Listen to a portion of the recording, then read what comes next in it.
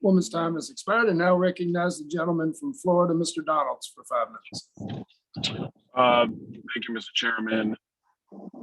This has been a very interesting hearing, to say the least. I mean, look, the reality is, before I got to Congress, I never liked hearing y'all talk about the debt ceiling. And now that I'm in Congress, I don't really like hearing y'all talk about the debt ceiling, because the truth is that this is not about quote unquote paying our bills.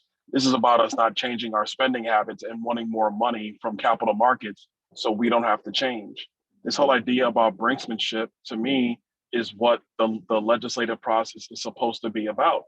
If you cannot find a way to work on both sides of the aisle to actually figure out a path forward for raising the nation's national credit card, then that means that you can't even get together to figure out how to reform your spending. If you can't reform your spending, you're going to run amok. So that's why capital markets and the rating agencies look at us from a funny perspective of, are they ever going to get their act together? Because we never do the hard things in DC. That's what I've seen before I got here, and that's frankly what I'm seeing now. There is no way we should be abolishing the debt ceiling vote or getting rid of the debt ceiling vote. That makes no sense at all.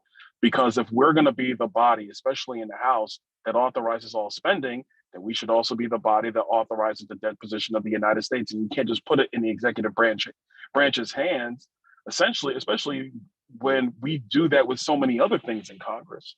I really do want to thank the witnesses, because I've been listening intently, and as far as I'm concerned, I think all the questions have really been asked, but I think it was more important for me to just, for whatever it's worth, make the clear statement that the members of Congress, both sides of the aisle, we actually need to let this committee do its full job, which is actually creating a budget, actually figuring out what our spending parameters can be, figuring out what that's going to be looking like in the future. And we should not be turning over borrowing of debt to the executive branch without a say from Congress. And I understand one of the proposals that Congress would have to vote to not let the executive branch do something.